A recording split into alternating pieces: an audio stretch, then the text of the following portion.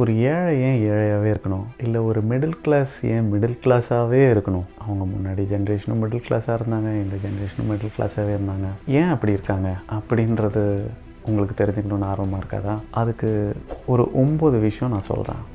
ஏன் ஒரு ஏழையாக இருக்காங்கன்றதும், ஏன் ஒரு மிடில் கிளாஸாகவே இருக்காங்க அப்படின்றதும் ஒரு 9 விஷயம்.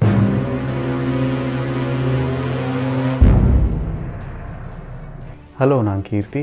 ஃபர்ஸ்ட், மிடில் கிளாஸை பிரிச்சுக்கிறதால ஒரு கம்யூனிட்டி பேஸ்டாக இல்லை ஒரு ஜாதி சார்ந்த சில விஷயங்கள் பண்ணுறதால உங்களுக்கு நிறைய டைமும் வேஸ்ட் ஆகும். இப்போ நீங்கள் பிஸ்னஸ் பண்ணுறதா இருந்தாலும் இன்னும் பெரிய மார்க்கெட் இருக்குது, இன்னும் நிறைய இடத்துல போய் பிஸ்னஸ் பண்ணலாம். ஸோ அதெல்லாம் விட்டுட்டு உங்களையே நீங்கள் பிரிச்சுக்கிட்டிங்கன்னா அது முதல் காரணம் நீங்கள் ஏன் அதே லெவலில் இருக்கீங்க அப்படின்றதுக்கு. நான் தப்பாக ஒன்றும் சொல்லலை, பட் இதெல்லாம் காரணம். இதை மாற்றிக்கிறதும் மாற்றிக்காததும் உங்களோட இஷ்டம். ரெண்டாவது விஷயம், ஒரு ஃபினான்ஷியல் பிளானே இருக்காது, பட்ஜெட் தான் இருக்கும். ஃபினான்ஷியல் பிளான் வேறு, பட்ஜெட் வேறு. ஃபினான்ஷியல் பிளான்ன்றது நீங்கள் இப்போலேருந்து 1 வருஷத்தில் உங்கள்கிட்ட எவ்வளோ காசு இருக்கணும், 3 வருஷத்தில் எவ்வளோ இருக்கணும், 5 வருஷத்தில் எவ்வளோ இருக்கணும், இல்லை 10 வருஷத்தில் எவ்வளோ இருக்கணும், அதுக்கு நான் என்னென்னலாம் பண்ண போகிறேன் என் காசு வச்சு அப்படின்றது தான் ஃபினான்ஷியல் பிளான். அந்த பிளான் நிறைய பேர் பண்ணுறதே கிடையாது. இது ரெண்டாவது காரணம். மூணாவது விஷயம், எனக்கு எல்லாமே தெரியும், எனக்கு இன்னொருத்தர் யாரும் வந்து சொல்ல வேண்டிய அவசியம் இல்லை அப்படின்ற ஒரு ஆட்டிடியூட். நீ என்ன வந்து சொல்கிறது, ஏன் இப்போ என்னையே கூட நீங்கள் சொல்லலாம், இவன் என்ன வந்து சொல்கிறது அப்படின்னு. நான் ஃபஸ்ட்டே சொன்ன மாதிரி கேட்குறதும் கேட்காததும் உங்கள் இஷ்டம். அது இன்னொரு விஷயம், ஏன் நீங்கள் அப்படியே இருக்கீங்கன்றதுக்கு. நிறைய புது விஷயங்கள் கற்றுக்கணும், அது ரொம்ப ரொம்ப முக்கியம்.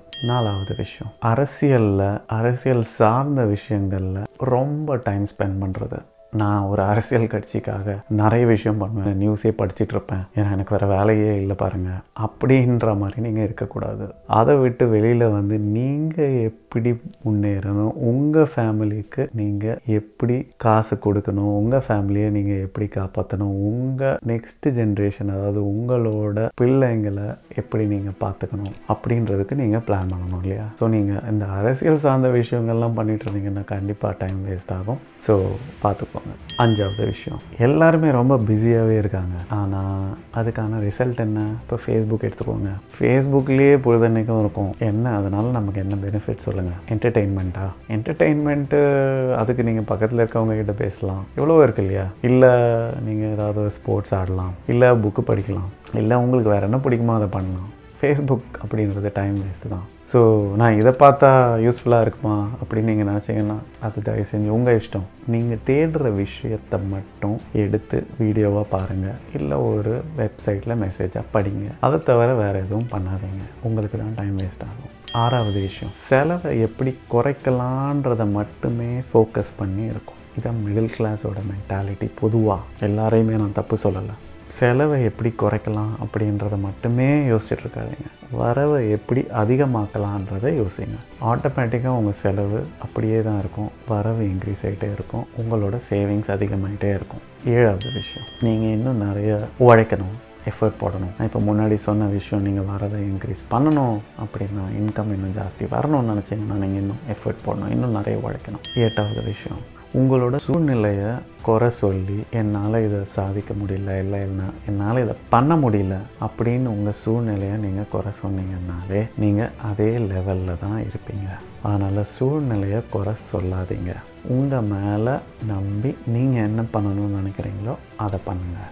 9வது விஷயம், கவர்மெண்ட்டையும் எக்கானமியையும் ப்ளேம் பண்ணுறதை நிறுத்துங்க. கவர்மெண்ட் எல்லாருக்குமே ஒன்று தான், எக்கானமி எல்லாருக்குமே ஒன்று தான். அதில் வளர்கிறவங்களும் இருக்காங்க, தோக்குறவங்களும் இருக்காங்க. அதில் நீங்கள் வளர்கிறவங்களா இருக்கணுமா இல்லை தோக்குறவங்களா இருக்கணுமா அப்படின்றத நீங்கள் தான் முடிவு பண்ணணும். ஏன்னா இது எனக்கு வேறு, உங்களுக்கு வேறு கிடையாது, இன்னொருத்தருக்கு வேறு கிடையாது.